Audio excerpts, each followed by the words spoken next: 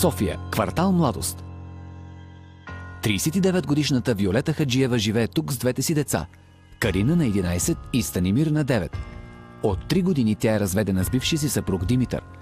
Доскоро незаменим помощник на Виолета в грижите за децата и домакинството е нейната майка Дора, която се нанася при тях веднага след развода. Децата обожават баба си, която ги води на училище и готви най-вкусните пълнени чушки на света. Но един ден всичко се променя. Възрастната жена получава инфаркт и умира. От този момент нататък в дома на Виолета настъпва истински хаос. Опечалената жена не успява да се справи с порасналите си отговорности. А от това, разбира се, най-много страдат двете й деца.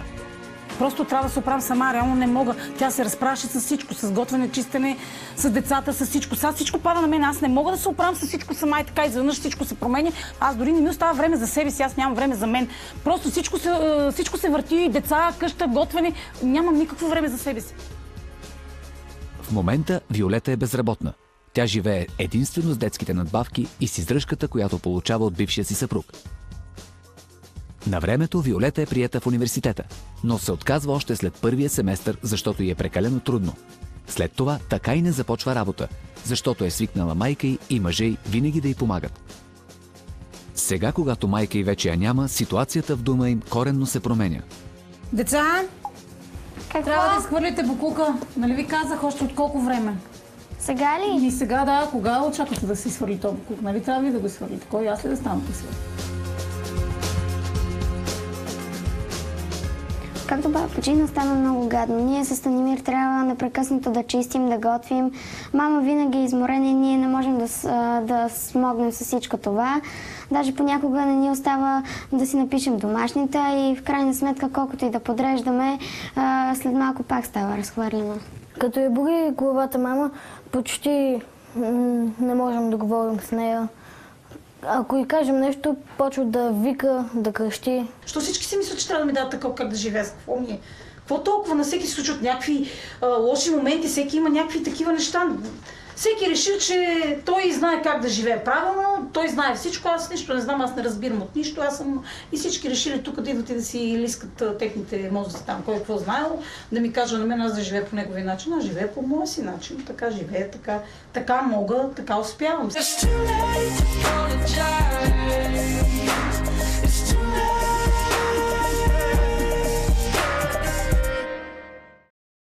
Бившият съпруг на Виолета, 45-годишният Димитър, работи като гладнали Карина и Станимир. Карина и Станимир не ми казваха нищо. Мислех, че са претоварени от училище, но разбрах, че истината е съвсем друга. Майка им е виновна за това претоварване и за това състояние. Димитър наистина не е наясно какво се случва в дома на децата му, докато един ден те не го посещават изненадващо в ресторанта. Какво правите тук? Нищо. Как ви се радвам, а защо така изведнъж решихте да ме посетите? Ами, ние не сме закусвали. Ужас, душичка сладка. А ти? И ти ли не си хап? Да. Като ги видях, че идват Карина и Станимир, сърцето ми се сви, мислех, че има някакъв проблем, за да дойдат така ненадейно при мен. Като разбрах какво е всъщност, почти ми призлях, оказа се, че са гладни, не са яли от 2 дни и са дошли да ги нахраня. Не мога да си представя, че има майка, която да си остави дечицата гладни и те милите да ходят някъде. Добре е, че са дошли при мен да ги нахраня и ми е адски тягостно и неприятно всичко това. С Станимир един път опържихме яйца. Аз не съм много добра в това и за това мама много ми се караше. Но тук при татко е много по-добре, защото е много вкусно, и не се притеснявам от това. Има ядене. С какво само ми мрънкят, гладни сме, това, онова. Има ядене достатъчно за да си отворят, да си направят нещо с ядене. Не е нещо, кой знае какво. Димитър е шокиран от поведението на бившата си жена. Явно до сега баба Дора се е грижила за децата и домакинството. Притесненият баща е готов на всичко, за да промени начина, по който живеят децата му.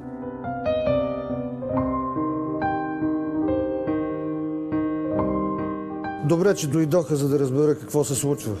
Не може да им давам пари, а оная само отмързел да ги остави. Нещо трябва да се промени и то веднага. Всеки втори петък от месеца Димитър взима децата си за уикенда.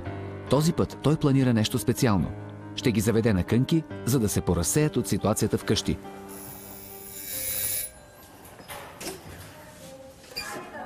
Ти ли си? Какво? Ви се на какво приличаш, бе? Какво искаш? Погледни се, огледалото е за тебе, погледни се. Като се събужда човек, как да изглежда? Остави ме на мира, моля ти се. По това време? По кое време да спа? Трябва да има определено време за сън. Моля ти се, не ме е такова. Дали съм пил или не съм пил тебе? Какво те интересува? Тук вони на алкохол. И на какво вони си е моя работа? Това все пак е моя апартамент, каквото искам. Ти видя ли какво отпред пред вратата? Какво е пред вратата? Там да не е сметище. Моля ти Има контейнери за тази работа. А тук какво е? Какво е? Тук е второто сметище. Идваш ми в повече толкова рано сутринта. Къде са децата? Малко се сещи. Няма. Да мислиш защо мога да съм дошъл. Няма ги децата, ти спратих да путат сметките. Тока и кабелната. Значи ти да си спиш, а те да плащат сметките. Какво се случва Големи тук, бе? ще се оправят. Ела да видиш какво става. Аз добре знам какво Ти виждала ли става. си какво Ами става? да, децата разхвърлят нормално. Да, децата се разхвърляли. Междувременно Димитър използва възможността да надникне в дома на бившата си жена, за да види как се справя тя сега, когато майка й вече я няма. Потресен съм от това, което се случва. Виолета никога не е била добра домакиня, но да се занемари така, просто наистина. Смъртта на майка изобщо не е оправдание. А какво са виновни децата да живеят в тази свинщина и в тази мизерия?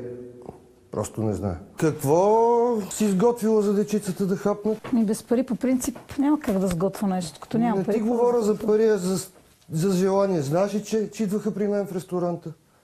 Баща си нормално е да дойде при теб. Нормалното е да дойдат при баща си, но е ненормално да дойдат гладни при баща си.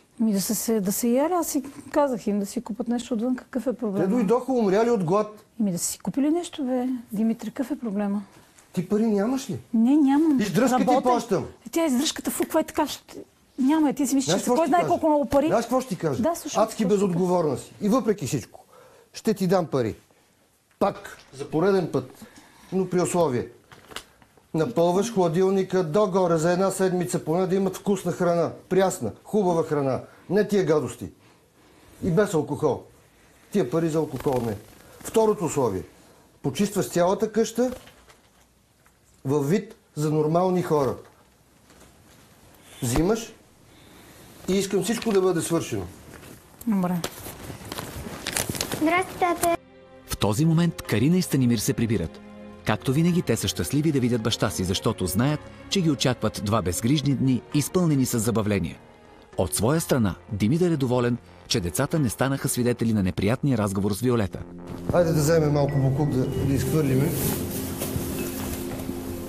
Че тази свищина не може. Ето, благодаря. Хайде бързо чисти на колата. Изглежда, че вече нищо не може да провали уикенда. След малко повече от час Станимир и Калина ще бъдат на ледената парзалка, където могат да се забавляват и да забравят за хаоса вкъщи. Преди това обаче, Димитър трябва да изтърпи съседските коментари. Оказва се, че целият вход страда от немърливостта на Виолета. О, Митко, здравей! Здравей! Как си? Добре съм с децата, тук дойдохме, искам Виолета. да поговоря с теб. Ама с децата съм бързал. Ама нищо. Нищо. Много се радвам, че изхвърляте буклук. Отидете към колата, аз идвам сега. Много се радвам, че изхвърляте буклук. Ама виждаш какво е? Ама точно за това исках да поговорим. Ти не можеш да си представиш какво става. Не мога, аз Бе, кажи на да си Виолета. представям, като го видях току-що. Ама направи забележка. Аз си говоря, тя не ме чува. Оставя буклука на входа. Знаеш, че целият вход се мириса. Целият вход. Ама знам, какво да направя. Аз какво да направя? Виждаш, каквото мога, помагам. Все пак нещо Ще говори с нея. Ще поговоря Чакай. Значи, искам да ти кажа, ние събрание правихме. Извикахме, говорихме, обещавам да взема мерки. И пак същото. Много мирише. Ще се обада следващия път, като дойда, дори ще гледам по-раничко да дойда да виждам какво е. Направи нещо. Че и децата страдат и целият вход мирише от нея. Така. Хората, кучета гледат и е по-чисто. Ще взема мерки. Много неща има да се оправят и това ще... Обещаваш. Да. Добре, Мите, добре. Ех, тая Виолета. Докато беше жива баба Дора, не беше така. Чистеше жената, переше буклука, никога не го оставяше отвън. А тя по цял ден лежи на една кълка. и децата не си гледа. Жал ми е за тях. Те горките чистат, даже и простират. Чини ми е малката, а майка и нищо не пипа. Нищо. Да беше жива баба Дора, добре. Но сега, ако види какво е станал апартамента в гроба, 3 пъти ще се обърне. Не знам за тая жена и тя е майка на 2 деца. Не знам. Виолета обаче гледа на нещата от съвсем друг ъгъл. Тя е убедена, че прави всичко за децата си и от грижи не й остава време за самата нея. За 39-годишната жена, един уикенд без децата е истински празник. Хубаво, че ми тук се сети да ми остави там някакви пари, защото само с тази издръжка абсурд. Не може да се оправи човек с тези. Парите се не стигат. Мисля да купя нещо с тях, но няма да е сега. Първо много студено, реално, не ми се ходи никъде. А и да ги купя, какво ще направя? Децата, докато дойдат, то всичко ще се развали. Абсурд. Мисля да си купя нещо за мен. Харесала съм си тук едно одеялце. Даже след 2 месеца имам рожден ден. Никой не се сеща за мен.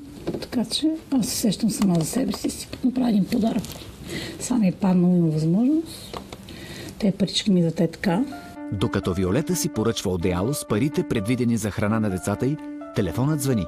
Това е нейната приятелка от квартала Маргарита. Абе, Митко взе децата и така може да си изпретнем едно купонче. Съгласна ли си? Да, бе. Няма ги, отидаха с него. Ще взема пиене и си изкараме много готино. Какво ще кажеш? Добре, супер. Към 8 става ли? Ай, ще ви чакам. Добре. Единствено когато става дума за забавления, 39-годишната Виолета намира сили да излезе от къщи. На следващия ден, с парите на Димитър в джоба си, тя отива до кварталното магазинче, за да купи алкохол и мезета за сбирката до вечера. Виолета е доволна, че може да пръсне малко пари за себе си, без да се ограничава. Тук има всичко необходимо в този магазин. По-скъпочко, но не ми си ходи до магазин. Сега за Маргото и за Гери ще си напазарувам от тук. О, Миро. О, здравейте. Благодаря, добре, ти как си? Долу-долу. Добре. Нещо да предложиш за пиене? Водчица, нещо? Да. Дай да видим нещо водчица. Това ще предложи добре. Още една ракийка, примерно. Една ракийка? Да, добре, ще е една ракийка. Нещо купонче се заформяме с това. Да. Що не? Свободна жена съм. Децата отидаха да купонясват при баща си. Аз купонче вкъщи с приятелки. Без никакво притеснение, Виолета изхарчва голяма част от оставените от бившия й съпруг пари за алкохол. Нещо, за което Димитър изрично я е предупредил. Много мерси, чао. Хубав ден ти желая. Мен ще е хубав със сигурност. Има спиене, мезе и приятелките ми като дойдат и купона е супер. Същата вечер купонът излиза извън всякакъв контрол. Стига се до злоупотреба с алкохол и разправия с полицията. За щастие, Димитър и 2 деца на Виолета не са свидетели на това происшествие. Те се прибират едва на следващата вечер, весели и нищо не подозиращи. Карина и Станимир са щастливи от починали. Уикендът с баща им се е отразил наистина добре. Димитър се надява, че Виолета е послушала съвета му и най-сетне е вкарала малко ред в жилището си. Но гледката, която заварва, изкарва 45-годишния загрижен баща извън равновесие. Като капак на всичко е получено писмо за просрочени вноски по кредит. Виолета! Какво правиш ти? Какво си мислиш, че правиш? Бомба ли е паднала тук? И е по-тихо, че направо гласът ти звучи, моля си. Какъв кредит си теглил? Те да се взема по-ток, какъв ти проблема? Голо ли да хода? Но то кредит не знаеш, че си изплаща. Хубаво, какво да направя? 4 просрочени вноски имаш. Парите отидаха за погребението на майка ми. Ще чакат, какъв им е проблема? Банките не чакат. Сега скоро правя. Нямам работа, аз не съм като тебе. Ти си имаш работа, имаш си заплата, имаш си пари. Аз не съм така. Аз парите не ги купая. Изработвам си ги. Виж какво. Ще говоря с шефа. Я по-спокойно, какъв ти проблем?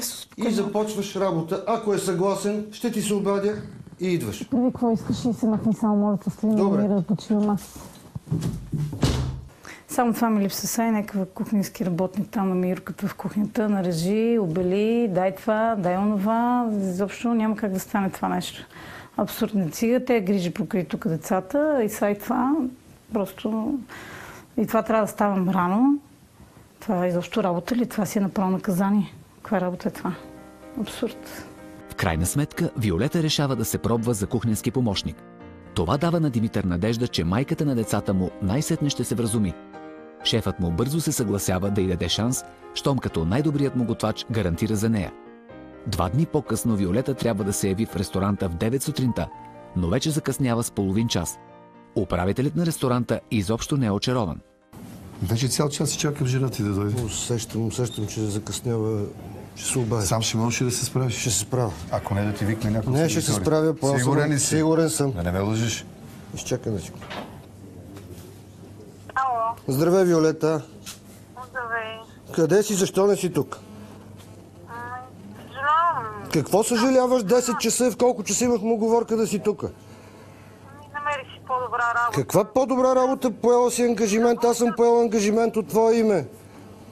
Ще си работят вкъщи, не е ли по-хубаво? По-хубаво е, но като поемаш ангажимент, ще си го изпълниш. Не може да скачаш така от клон на клон, като маймуните. Измисли нещо.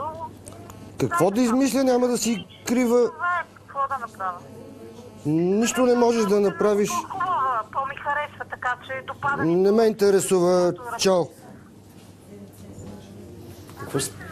Така че носят ми материалите от другата работа. Какво става, човек?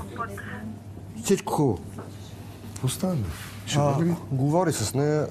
Има някакъв проблем. Как така? Аз повече от час се чакам тази дама. Не, в ситуацията има проблем. Много ли сериозна тази жена? Няма да закъсне, тя просто няма да дойде. Сам съм си виновен, чудя се как мога да заложа на Виолета да поема ангажимент и даже и да го изпълни. Това се оказа невъзможно.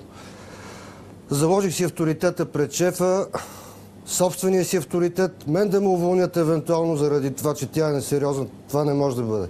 Искам да ви кажа, че Митко е много добър човек, от много отдавна работи при мене. Аз му имам абсолютно доверие.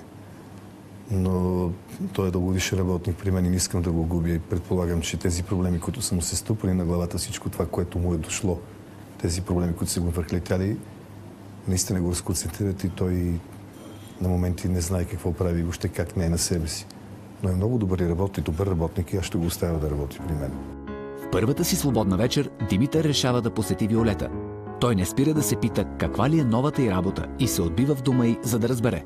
Какво правиш? Защо не спиш? Ние ще помагаме на мама. Помагаш на мама? Да. И къде е мама? Какво й помагате? Излезе с приятелки. Тя изляза и вие помагате. И Станимир ли не спи? Да, ние сглавяме химикалки. Сглобяте химикалки? Да, ето. Здравей, тате! Вие книжарница ли ще отваряте? Какви химикалки? Какво става тук? Нали мама излезе с приятелки, тя няма как да го свърши. Вие вършите това, което тя трябва да свърши. Да? Ако сглобим 500 химикалки, ще получим 20 лева. 20 лева за 500 химикалки. Почти сме го напълнили.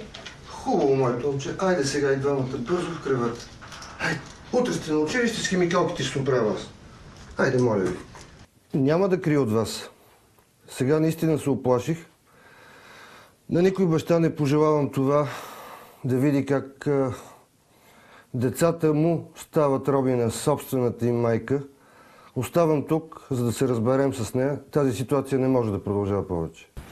Събличате се, миете зъбките и лягате. Аз ще се оправя с химикалките и с мама. Лека нощ. Лека нощ. Това вече подмина всички мои очаквания. Да остави децата като роби, химикалки ще сглобяват. Димитър дълго не може да се успокои от видяното тази вечер. Той е твърдо решен да изчака жена си и да й потърси сметка за безотговорното й поведение.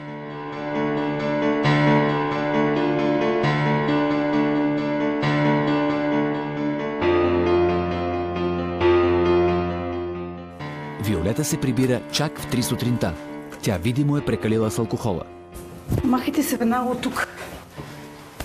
Да ви няма. Бързо. Ти какво правиш тук? Ти дом нямаш ли си? Сега ще ти кажа аз какво правя. Яна ми се закамвай. Какво правиш тук? Ти не моля ли се превръщаш къщи се наспиш като човек и тук да спи? Колко часа е без никакво значение? Какво значение? Знаеш ли децата ти какво правих? Какво правих? Сигурно ти знаеш. Изглобяваха химикалки. Нищо ли лошо, няма какъв проблем. Техна работа ли е това? Нищо да не. Те роби ли са ти? Ма те ме забавно. Ти ли им плащаш да ти изглобяват химикалки? Да, аз съм им обещала, че ще им дам парички. Аз ще си експлоатираш моите деца. Не, какъв ти е проблема? Те си играят. Какъв ми е проблема? Те си играят. Ще играят да сглобяват хиляди химикалки за жълти стотинки ли има? На тях им е това повече, ако го видя, тия деца ти повече няма да ги видиш. Аз ще ги взема тия деца. Не ми се закамвай, бе. Изобщо не ми се закамвай и ми ставай се махай, защото изобщо ти е работа тук да ми слушаш.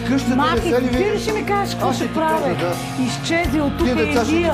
Ама и веднага и вие също махайте си, изчезвайте от тук, ама много бързо да ви няма. Ясно ли ви? Махайте се, какво ми снимате, бе? Нещастници, скапвали, изчезвайте от тук. Марш! Аз нямам личен живот, тук ще ме занимавам, тук веднага изчезвате на марш, но да изчезвате, аз не старите от тук, бе. Глупаци нещастни. Не знам какво ще правя, тя загубила всякаква мярка. Опасна е за себе си и още повече за децата. Трябва да предприема нещо. Това не може да продължи. На следващия ден Димитър си оговаря среща с най-добрия си приятел, за да се посъветва с него какво да прави. Александър е запознат много добре с ситуацията и не разбира защо Димитър е толкова толерантен към бившата си съпруга. Познавам се с Митко от над 30 години. Израсли сме заедно, но винаги не съм харесвал, че е малко мек. Виолета му се качи на главата. Ако беше при мен това досега, щях да взема много спешни мерки. Проблеми ми създава, не ми дава да виждам децата. Малко да и надигна тони, веднага ми отправя някакви предупреждения. Страх ме е да не направи нещо на тия деца и съм полудял. Абе, човек, какво ще им направи, бе? Що се излагаш малко по-така? Само да ти покажа. Представи си, това го сглобяват вкъщи децата. Цяла нощ вместо това не е нормално, бе, човек. Деца да работят и да хранят майка си. Не знам, нещо трябва да направим. Трябва да вземеш някакви мерки. По този начин. Какви мерки да вземем? Виж сега, ще ти дам визитка на добър адвокат. Какъв адвокат? Знаеш, че по презумпция ги дава децата на майката, най-ново да ги загуба съвсем. Слушай сега. Когато децата се занимават с глупости да хранят майката, когато майката е алкохоличка и когато е безработна, ти имаш абсолютно право да... Звучиш логично, ама дали е така и знаеш каква ни е съдебната система. Изобщо не съм убеден, че да не извадим око вместо да го изпишем. Длъжен си да пробваш. Ако аз бях на твое място, до сега въобще нямаше да знам нещата. Ще взема да го послушам, Сашо. Много пъти съм разчитал на него. Всеки съвет, който ми е давал, е бил на място и мисля, че това ми е последния шанс да изляза от тази ситуация. Същия ден Димитър приготвя 2 вкусни сандвича и решава да ги занесе на децата си през голямото междучасие, за да е сигурен, че ще закусят. Станимир и Карина обаче така и не се появяват. Класната. Здравейте, госпожо Маджарова. Да, здравейте. Добър Вие сте класната на Карина, нали? Да. Аз съм баща й. А тя е във вашия клас. Исках да попитам, всички деца си тръгнаха само тя ги няма. Много добре, че сте тук. Просто толкова много ми трябвахте. Карина постоянно отсъства от училище. Не знам дали знаете. Не зная, сега го чувам от вас. Да не е болничко нещо, детенцето? Не. Разговарям и с други преподаватели. Оказва се, че и брат ѝ отсъства от училище. Децата, когато са в училище, са изморени, недоспали. Даже в един от часовете ми... Това, което научавам от вас направо, ме втрещява и не знам, просто... Съжалявам, че трябва да ви го кажа. Мислех, че го знаете. В един от часовете ми Карина дори заспава в час. Изложихме си пред класната. Айде това. Сигурно ни мисли вече за идиоти. Какво семейство сме изобщо? Децата не учат, идват уморени. Когато изобщо дойдат в училище, трябва да взема някакви мерки. Преди поне баба им ги гледаше и се грижеше за тях.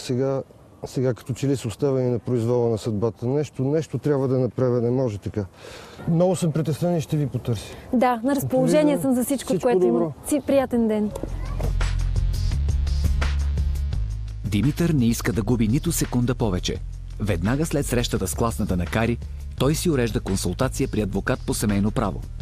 Загриженият баща не иска да се стига до съдебно дело за родителски права, но усеща, че вече няма друг избор. Тоест да разбирам, че има свидетели на всички тези факти, които изложихте пред мен. Да. Добре. В такъв случай, ако решите, следва да се подготвим искова молба, в която да се изложат тези факти. Може ли да си запише? Възможно е, няма никакъв проблем. Заповядайте. Да се направят съответните доказателствени искания в нея, като задължително, тъй като случая касае деца, съгласно Закона за закрила на детето, се назначава и изслушва по делото социален доклад или становище от социален служител, като с този социален доклад ще бъде извършено едно обследване, образно казано, на условията и родителския капацитет на майката и на бащата. Тоест условията, при които както майката по-настоящем отглежда децата, така и вашите. Това е важен момент, но аз смятам, че действително имате основания за завеждането на този иск. Димитър вече е запознат с правата си като баща и това го кара да се чувства малко по-спокоен. Разбрах от адвокат Арнаудов, че имам шанс да спечеля делото. Ще й дам на Виолета още една възможност да се разберем като хора. Не ми се иска нещата да минат през съда. Майката по-настоящем се е дезинтересирала от децата, не оказва нужните грижи за тяхното отглеждане и възпитание, възпрепятства тяхното образование, поради което смятам, че този случай е по-особен и бащата има солидни основания за изменение на родителските права. След срещата си с адвоката, Димитър решава да поговори за последно с бившата си жена. Той се надява тя да се опомни и да не стига до съдебен спор за присъждане на родителските права. Искам да ти споделя, че говорих с един адвокат. И какво това? Ако всичката тази свинщина продължава, родителските ти права ще бъдат прехвърлени на мен. По-голяма работа си. Голяма, малка, все пак ще се грижи за тия деца, а не като тебе. Ма чакай, аз се грижи за тях, не ти идваш два пъти в месеца и си мислиш, че си големия както я Ми да, разбира се. Ма те разхвърлят непрекъснато, аз непрекъснато чиста, непрекъснато оправям. Това не те ли дразни, бе? Сега малко да поиграя това, но ще стане и ще оправя. Какъв е проблема? Ти пък много кълзе да ми даваш. Все за всичко аз съм виновна, ти си праведен, ти си супер. Да, много ти е лесно, отдалече всичко е много лесно. Идвате тук да ме съдите, това съм била, такава съм била, такава. Ти си пък много праведен във всичко. Ти си всичко на тебе ти е окей, защото не се грижиш ти за децата. Вкъщи ти е подредено, изчислено, защото не идва да ти разхвърлят. Сметките платила ли си? Откъде да взема те пари, за да платя? Аз нищо ще работя от химикалките. Муцираха, никакви пари не ми дадаха. Откъде да дам те пари? Откъде? Там съдат сметките, изобщо нямам никакви пари. Откъде да извадя те пари? Ще ми остави децата на тъмно и без вода. И ти каза не адвокат, че ще ме спасява. Тогава други неща ще се случат. Пари нещо ще може ли да ми остави, защото аз нямам никакви пари. Обещавам да си намеря работа. Това ми е основният разговор с теб. Обещавам да си намеря работа, но ми трябват пари. Записвала ли си някъде до сега колко пари съм ти дал? Не съм сигурна, че ти ги помниш, че няма да се минеш. Аз си ги записвам. Да, записвай си. И в момента, в който имаш възможност, до стотинка ще ми си изплати. Лихва няма да ти иска. Обещавам ти, топло остави лихва да ми искаш. Тия парите ги давам, за да се напънеш малко и телесно и мозъчно и да си намериш работа. Искам всичко това да ми бъде върнато. Ще ти бъде върнато, когато мога, ще ги върна. Бях почти сигурен, че нищо няма да направи. Дадох и последен шанс. Всичко си е по-старому. Нарочно ми казах за адвоката. Надявах се да се оплаши заради децата, да се стегне, да се вземе в ръце. Уви, и това не се случи. Правя го само заради миличките ми дечица. Не искам да ги влачим по съдилищата. Тия съдебни разправи изобщо няма да са приятни за тях, но няма как.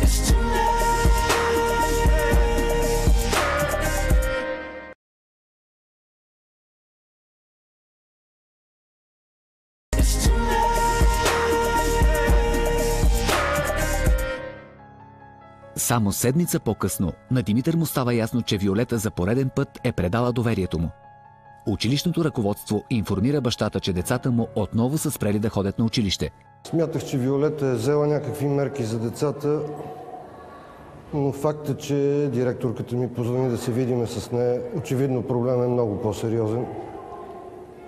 Сега ще видим какво се случва.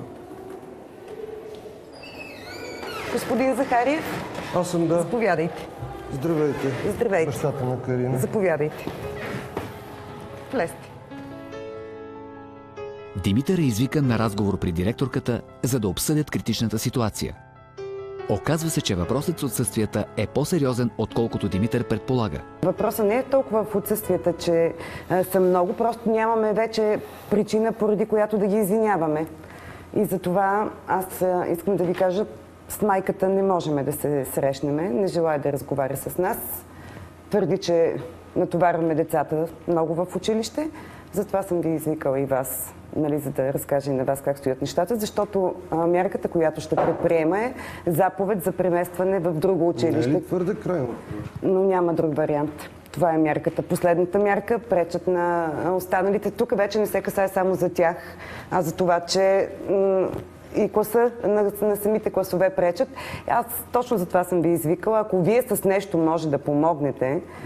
Лошото е, че в момента не живее с семейството си и възможността ми за въздействие е сведена до минимум, така че ще се опитам да взема колкото се може по-бързо и по-крути мерки, защото това, което чувам от вас е просто недопустимо. Не очаквах, че нещата са стигнали. Да, много сте сериозни. Това е единственият вариант, който оставя. На времето нямах нищо против децата да бъдат при Виолета.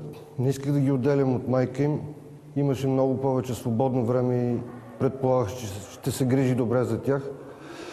Но явно нещата не са такива и трябва да взема мерки и нещата да се променят. По-добре за децата е да не се стига до там, но исках да ви кажа, че това е единственият вариант.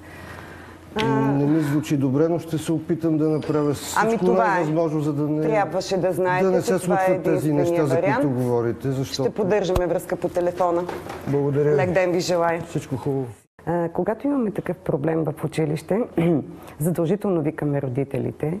Първо с тях решаваме проблема и ако не се реши този проблем, след това вече стигаме до крайната мярка, защото до 7-ми клас училището е задължително и децата задължително трябва да ходят на училището и родителите трябва да знаят за това нещо. Няма и минута повече да оставя децата при нея. С добро или с лошо ще си ги взема. Срещата с директорката слага край на заблудите на Димитър, че Виолета ще се вразуми. Търпението на 45-годишния мъж е изчерпано. Този път той отива при бившата си жена не само за да говори с нея, а с твърдото намерение да си вземе децата. Виж какво, тая Маджарова е такава гаднярка, нямам раза само аз, по принцип всички. Тя е толкова гадна жена и отгоре на всичкото си позволява да ме учи как да си гледам собствените деца. Коя е тя? Тя не може да гледа децата, които са там, седнала мен да ме учи аз как да си гледам децата. И аз всеки да си знае нещата, кой къде му е мястото и да престане. Нека да поговорим спокойно. Нека да ги взема. Всеки един момент, в който решиш, ще се обадиш. Можеш да дойдеш при децата, можеш и да ги вземеш. Ще ги попитаме. Кога, каквото искате, това ще направим в името на доброто за всички. Може би наистина е добре. И за мен... Нека да ги видя. Какво правят? Играят си оттатък. Първата крачка е направена. Без много ядове и драма Димитър успява да отведе децата от апартамента на майка им. Той е обнадежден, че нещата ще се оправят, без да се налага да ходят на съд. 3 дни по-късно обаче се случва нещо, което окончателно срива доверието на Димитър в бившата му съпруга. Рано сутринта той получава обаждане от отрезвителното. Виолета е прибрана там в безпомощно състояние след злоупотреба с алкохол. Виолета е открита на пейка в парка. Не е имала в себе си 35 лева, необходимата такса за заплащане на престоя в отрезвителното. Естествено, таксата трябва да бъде заплатена от Димитър. Колко е таксата? 35 лева. 45-годишният мъж е щастлив единствено от мисълта, че децата не са станали свидетели на тази грозна гледка. Ми се пръсне главата. Малко ти е. Накъде сме? Натам ли си? Аз вземи се в ръце малко да гледай как ходиш. На кой свят си ти? Не ми мечтай. Как не те е срам пред децата, пред хората? Докъде стигна? Виж докъде си стигнала. Погледни. Знаеш ли къде се намираш? Да. Чети ми конско. Те вътре ми четаха, сега и ти давай. Аз ако не ти чета, кой да ти чете, бе? Сега е паднал момент. Преля чашата, твоите преливат всеки ден. Айде, отивай си вкъщи. Просто не знаеш докъде си паднала. Погледни се. Още същия след обед Димитър отново е при адвоката, за да задвижи процедурата по прехвърлянето на родителските права. Сега имате още по-силно основание, но не само за това, а и за най-тежката, по-моему, санкционираща мярка спрямо един родител, а именно лишаване от родителски права. В такъв случай по делото ще трябва да се изискат материали от тази медицинска документация. Предполагам, че няма да има проблем. Евентуално ще трябва да се назначи и изслуша съдебно-медицинска експертиза, но аз считам, че имате основание да се заведе дело за лишаването на майката от родителски права. Ще се радвам да се развият вече нещата. А вие как смятате да отглеждате децата? Имате ли достатъчно време, респективно и финансови възможности за това, защото този въпрос е важен при разглеждането на родителските права от съда? В момента ми предложиха нова работа в столовата на Министерството, където парите са малко по-малко, но пък кухнята приключва в 2 на обяд и съответно всичкото друго време бих могъл да го отдам на децата, плюс това и майка ми ще ми помага.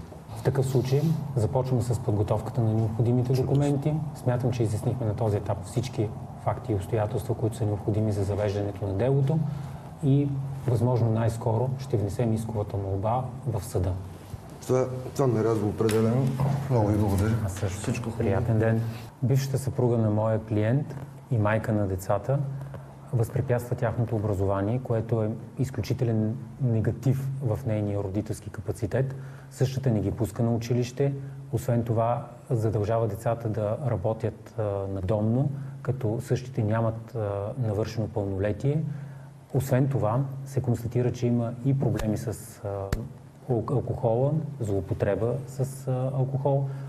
Това поставя децата и в риск, поради което считам, че има всички основания за лишаването от родителските права на майката и присъждането им на бащата. След срещата си с адвоката, Димитър решава, че е време да обясни ситуацията на децата си. Те нямат представа защо продължават да живеят при баща си и моментът за съдбоносния разговор изглежда е настъпил. Камък ми падна от сърцето, че дечицата реагираха така. Познават си квартала и квартала ги познава.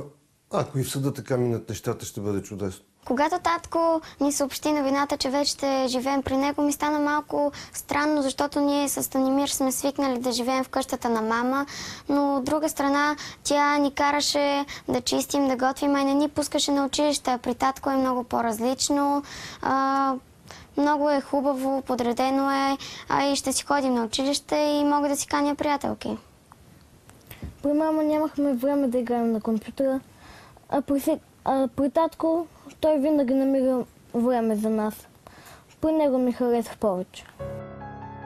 1 месец по-късно настъпва моментът, в който ще се реши при кого ще живеят Карина и Станимир.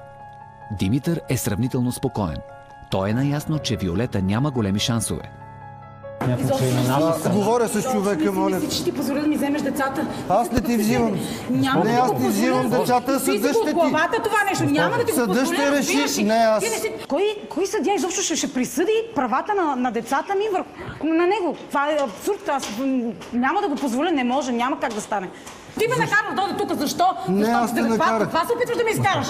Какво си мисли тази Виолета, не знам. Веднъж само се обади да пита как са децата и нито веднъж не дойде да ги види. Децата са много разочаровани от нея, аз още повече.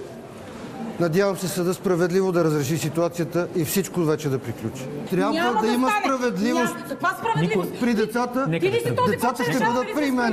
Няма да стане, разбираш това, което нека да видим. Няма да го позволя, ясно и ти. Смятам, че правните аргументи в случая са на наша страна. Поведението на майката, пълната и дезинтересираност от децата, особено случките през последния 1 месец, дават сериозни основания за претенциите на бащата и аз смятам, че те ще бъдат основателни и изхода по делото ще бъде на наша страна. Няма да стане това, което помислиш ти. Изобщо няма да ти го позволя. Следвало е да се помисли до този момент, а не сега. Сега вече съдът ще решава. Нека да се абстрахирам от такива емоции. Клиентката ми е в процес на търсене на работа. Доколкото ми е известно, вече е спряла да употребява алкохол. Всичко това, което и се е случило, е вследствие на загубата на майка ѝ. Смятам, че е въпрос на време тя отново да стъпи на крака и да успее да полага необходимите грижи за децата си, така че смятам, че съда ще вземе правилното решение. Нека да влизаме, няма никакъв смисъл повече, защото това просто... Нищо няма да постигнеш, само е така.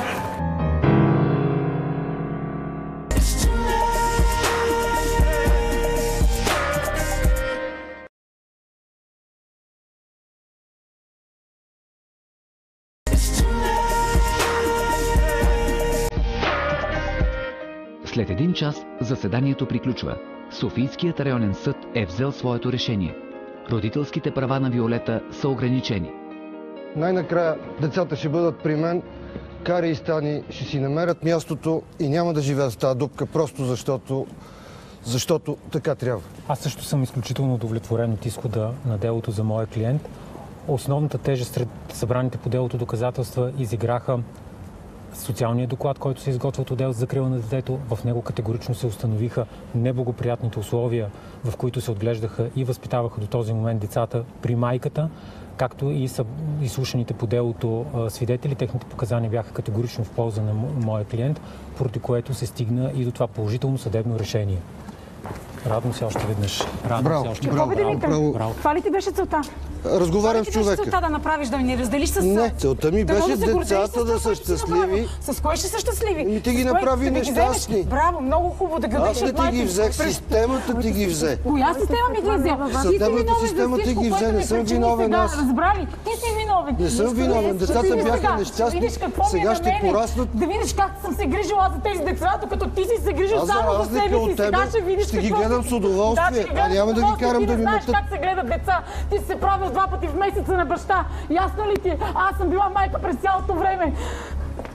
Това ли беше? Това ли трябваше да направиш? Да ми вземе децата? Просто не знам. Не мога да повярвам просто, че ги присъдихте на него. Как... Не знам просто... Как може да ги присъдят на него? Как може да ми изкарат алкохоличка само заради това, че пие примерно 1-2 на вечер и то трябва всички да са алкохолици в тази държава. Как може заради това нещо да ми изкарат алкохоличка и още повече да вземат, да повярват на една вещица, наша съседка, която е отвратителен човек, точно на нея да повярват, кой знае какви глупости, какви неща е наговорила за мен. Нищо както и да е. Ще трябва да си намеря работа, пък ще видим от по-натам. Нещата може да се променят. Но просто аз не вярвам, че колко лош родител съм аз, че да го направят това нещо, да отнемат децата от майка им. Колко лош съм аз. Не знам. Виждам, че Виолета е изнервена. Ако иска децата да я уважават, ако иска аз да я уважавам, я чака много работа, която първо възлагаше на мен, а след това на тях. Стиска ми палци, всичко при нея да е наред и нещата да потръгнат. Няколко седмици по-късно Димитър и децата избират обзавеждане за детската стая в новия си дом. Много съм доволен, че започнах нова работа. Мога да се грижа за децата. Те общо взето има доста да наваксват в училище. Миналия уикенд децата бяха при Виолета. Казаха ми, че е подредила къщата, храни ги редовно, грижи се за тях. Другото, което още повече ме радва, е, че е започнала да се грижи за здравето си, бори се с алкохола и е започнала нова работа. Здравейте, как сте? Какво правиш тук? Работим. Как сте вие? Как си? Много. Добре ли? Да, много съм. Добре, а ти? Не, аз добре. Радвам се да те видя. И аз също. Няма да лъжа, че много ми е мило, като ги виждам, но същевременно ми е много тъжно, че вече срещите са ни малко по-разредени. Но пък това ми даде възможност да разбера, че съм направила голяма грешка. И сега правя всичко възможно, за да я оправя и нещата да се поправят. Иначе съм много щастлива, като ги виждам, че те са щастливи, че започват живота си по-добре. И така, щастлива съм наистина. Няма майка, която да е нещастна, като вижда децата си щастливи. Аз наистина съм щастлива, че ги виждам, но ми е тъжно, че не се виждаме толкова често. Това е, но аз съм сигурна, че ще се оправи и нещата ще бъдат по-добре. Народа казва, че да родиш едно дете и да бъдеш негов родител са две съвсем различни неща. Майката на Карина и Станимир плаща висока цена за безотговорното отношение към децата си и вече е на път да осъзнае грешката си. Карина и Станимир са късметлии, че имат баща като Димитър, който е готов да им предложи грижите си, преди да е станало прекалено късно. А дали ще имат и майка, на която могат да разчитат, това само времето ще покаже.